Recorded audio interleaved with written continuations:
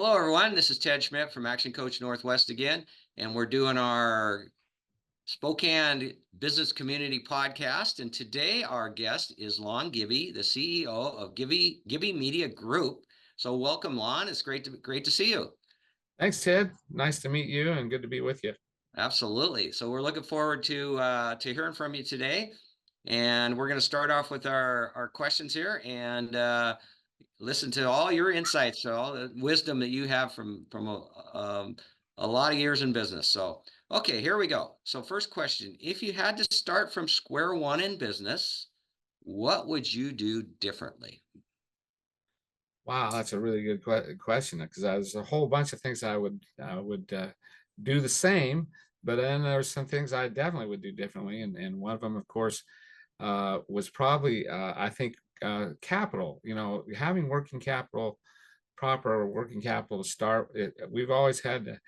It was hard. We had to create our own income to develop our own capital. So in a sense, that was a good thing, but it was hard to starting with especially my business, very capital intensive. But I would have liked to have had more toys and a few more bells and whistles that we could have started with. But also, I would have probably been a little more careful in hiring the people that I hired. Some of the early people were didn't work out as well as I thought they would, and Hmm.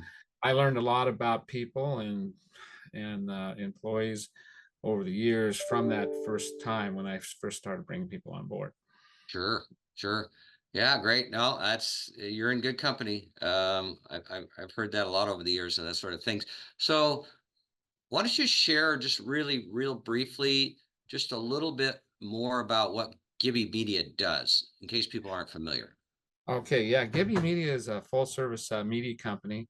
We produce television commercials, documentaries, training, education, video, investor relation content. Is anything related to getting your story out. And so we focus. We also develop websites as well, and we develop websites that are very video centric. We call it. It's kind of our Hmm. own term we came up with, but we make a video websites that have lots of video elements integrated into them. We're also kind of a innovator. We have 3 patents. We did get a patent in China that was stolen by TikTok. Jeez. It's an interesting Yeah. story, but uh, we pretty much have had the opportunity to do some major projects, and of course our bread and butter stuff here in Spokane, but we have national clients as well, international accounts. We've done work all over the world, Japan and China, and we've ran the LA Coliseum for a couple of years, doing all the video content, for the big screens, and for the LA Raiders when they were there, and different types of interesting opportunities. So Yeah. Wow. Fascinating. Okay, great. Okay, what have your biggest learnings been as an employer since you began in business? one of my biggest, say that once again, Biggest please. learnings. Oh, the biggest learning is mainly that the amount of commitment it takes to keep a small business going. You got to be prepared to work 90-hour weeks, and you got to be able to be prepared to sometimes you have to pay your people first, and so you're going to be borrowing money to make payroll sometimes, and you're going to be cash flow is always been a challenge, in this type of business because um, there's ups and downs. Like when we get paid in big chunks of money typically when we get the beginning and then when we finish the job. So I had to learn, how to work with that. It's not been Yeah. easy, you know, and it's still not easy because we have ups and downs, just like uh, any service related businesses like that, or like I say, a construction company has to deal with that as well. We're a lot like a construction company in that sense. Yeah. Big One project projects. to the next. Yeah, yeah, there you go. Yeah, yeah. So as far as being an employer, um, talk a little bit about that. What have you learned People, as an employer? well, when I learned as an employer, I've gotten a lot more kinder and more patient, and I think in my since all these years, because you start off, you get uh, you're not an expert at dealing with people and some of the issues you have to deal with. and you have people coming from all different walks of life and different backgrounds. And so I had to learn some lessons on being more empathetic, and also being just working with people in a way that they want to stay for a while. I've had some employees that actually have been here. As we had one that was here 22 years. I've had some 12 and 10-year people, but I've had a lot of experience of people coming and going. I wasn't always the best judge of character, and I wish I had improved my ability to judge character, because some of the people we had some, just like any small business, you're going to have some tough experiences with some employees, and some that have hidden agendas, or maybe weren't as honest as you would really like them to be. So we learned some tough lessons, just like everybody that's a small business Yeah, person. no, yeah, that's true. It's if you're a small business and employee or employing people is a challenge. I mean, it's a never ending. It's like being a parent, you know. It's just Yeah. yeah. Okay. What are some common misconceptions about running a business, and how do you address them? Well, that's a really good question. I got when I went to Russia, when Russia was just about ready, when it was still the Soviet Union. I was asked that question by a lot of Russian people. They thought, most people thought, if you started a business, you were instantaneously going to be rich, and you were going to be able to, they didn't realize that only 20% of all small businesses actually survive the first 2 years. Okay. And when I told them that, it was like heartbreaking for them. A lot of them would just get really depressed and discouraged about it, because they just had this feeling in capitalist society that everybody, you just start a business and you're going to be rich. And so I had Yeah. to tell them some of the pitfalls, and one of the things is that not everybody's cut out to be a business owner. Business owners have to, Hmm. they're a certain breed, and business owners, and I say business owners, are the backbone of our country. They're the ones that create 70% of all the jobs that we have in our country, created by business owners. So that's the kind of person that has a lot of willpower, a lot of confidence, or they believe in themselves, they believe in their product, they're willing to pay the price, they'll work their guts out, long hours if they have to, and they'll put up with the ups and downs of what small business life is like. So it's a very unique. I mean, not everybody's cut out to be a business owner. Okay. Yeah. Yeah. Okay. Unique challenges. That's for sure. That's for Yeah. sure. Okay. So what do you attribute your growth to? Our growth has been by turning out a quality product at a good price, being fair with our customers. Also being innovative and creative. When people, it's not enough just to have a video. A lot of people, they need something that has some feeling into it. So our success has been based on building in not only the quality production, as far as the way that we film and script and all that, but also building the feeling that people want in their story, and that's what we Hmm. focus a lot on. Yeah. Yeah. Feeling in the story. Yeah. People remember how you make them feel. That's for sure. Right. They So don't remember all the details, but they yeah. will remember how they felt. And Yeah. so, They'll and remember there's a that lot part. of elements that make that happen, and that's music, and the way that it's designed, and the interviews are another thing. We do a lot of interviews. We interview tons of people, Yeah. so we get interviews that are sincere and authentic. Whereas a lot of times our competitors, they'll just do an interview and they think that it's done, but you really need interviews that where people are comfortable and they feel they could talk to you and Yeah. share what they Yeah. really feel. Yeah. Yeah. No, great point. Great point. Okay. How do you balance your personal life with the demands of running a business? Well, and that's a really interesting, because my wife might have a different opinion about, but that's something you have to do. You have to have balance in your life. My dad, he was a coach and always taught me that you have to, be socially, mentally, physically, spiritually in every one of those key areas, I try to have a balance in my life. So I'm active in my church, I have church callings. I'm active in the community. I try to um, give back. I've been on the boards of many nonprofits here. I'm currently on the board of vice president of Project ID, which I have a special needs son as well, so I understand the needs in the community with those type of people. So you got to be willing to give back and balance your time, as that's part of what you do. And then the other thing is you got to be willing to work some hours, okay, because it's going to take some hours to get your business done, to get the work done. Yeah. So Yeah, no doubt, no doubt.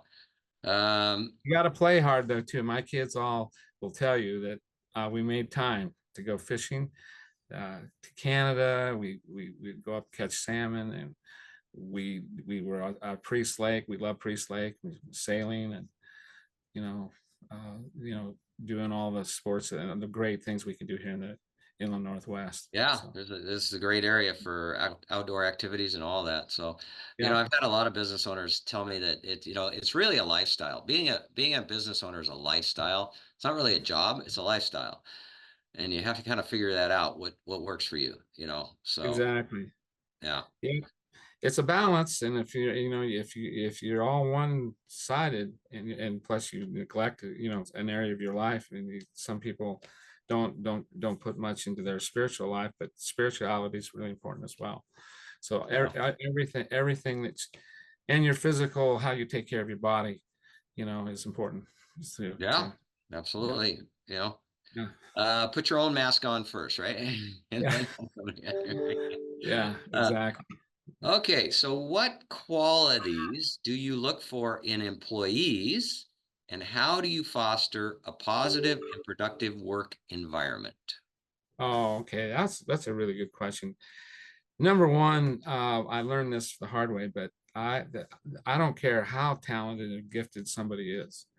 If they're not honest in their character and they don't have integrity, I'm not interested.